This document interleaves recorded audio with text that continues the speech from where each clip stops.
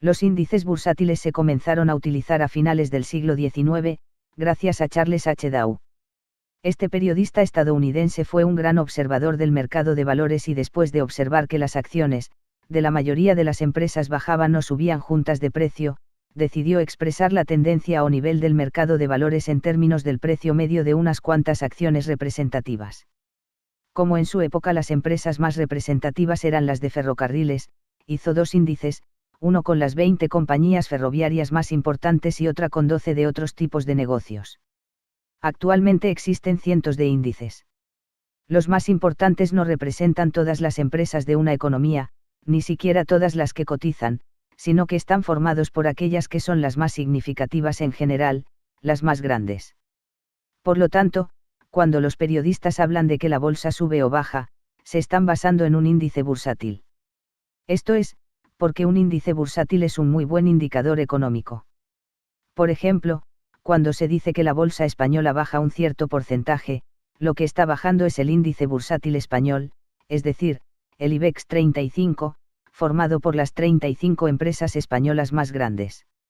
Un índice bursátil son un conjunto de valores cotizados en una bolsa de valores, que sirve para representar la evolución de las empresas de un país o un determinado sector de la economía en un solo activo financiero.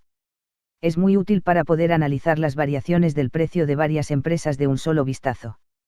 En síntesis, agrupa un conjunto de activos de diferentes empresas o sectores en un solo índice. Un índice bursátil es un valor numérico que se calcula según los precios de mercado de cada uno de los valores que componen ese índice.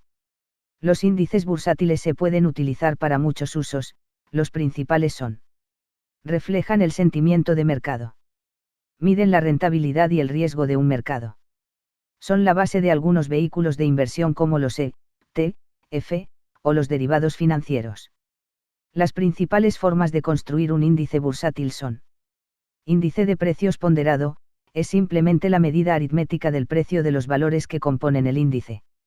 Su ventaja es que resulta muy fácil de calcular, pero el gran problema es que las acciones con los precios más altos van a tener más influencia en el valor y la variación del índice, independientemente de su influencia real en la economía.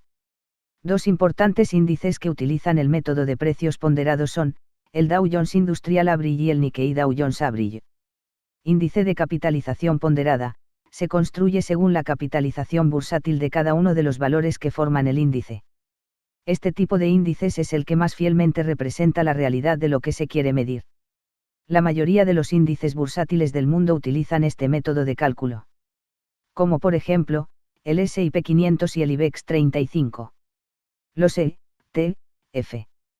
Los fondos cotizados o ETF son un vehículo de inversión, cuyo objetivo busca replicar el comportamiento de los activos que componen un índice bursátil, sea de renta fija, variable, divisas o materias primas.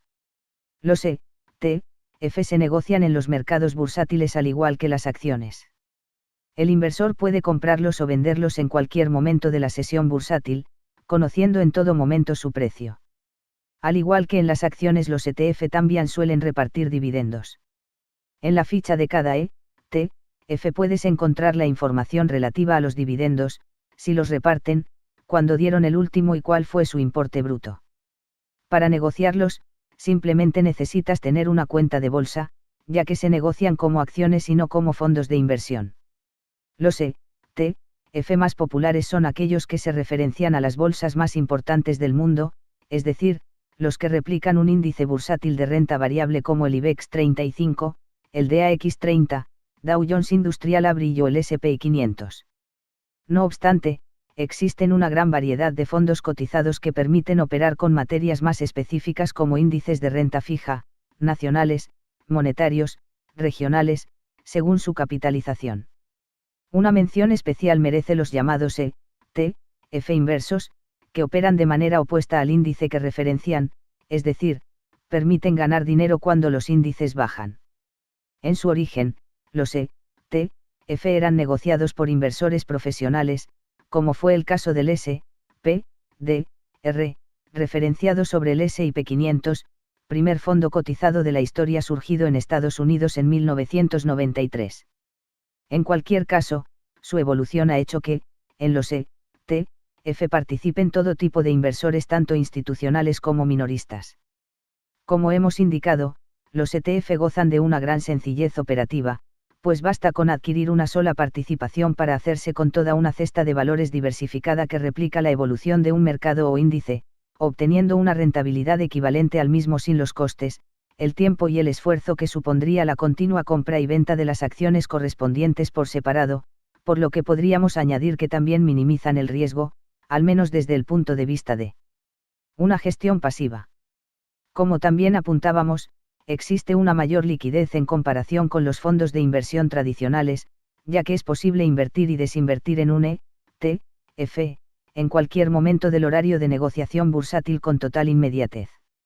Asimismo, durante este periodo de negociación el mercado calcula y difunde un valor estimado, garantizando la máxima transparencia al partícipe que puede saber cómo evoluciona su inversión.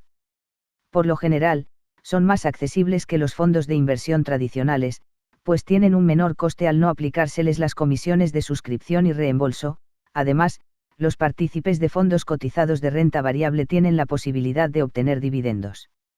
Finalmente, apuntar una importante ventaja fiscal de los ETF, y es que a sus inversores se les aplica el régimen de las acciones, no el de los fondos, por lo que las ganancias patrimoniales no están sujetas a retención fiscal.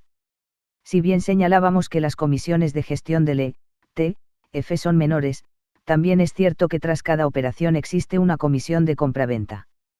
Por otro lado, las participaciones del ETF, a diferencia de los fondos tradicionales, no pueden ser objeto de traspaso.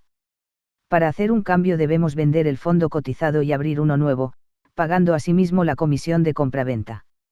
En síntesis, un ETF replica el comportamiento de otro instrumento financiero, ya sea un índice bursátil, una acción o una materia prima.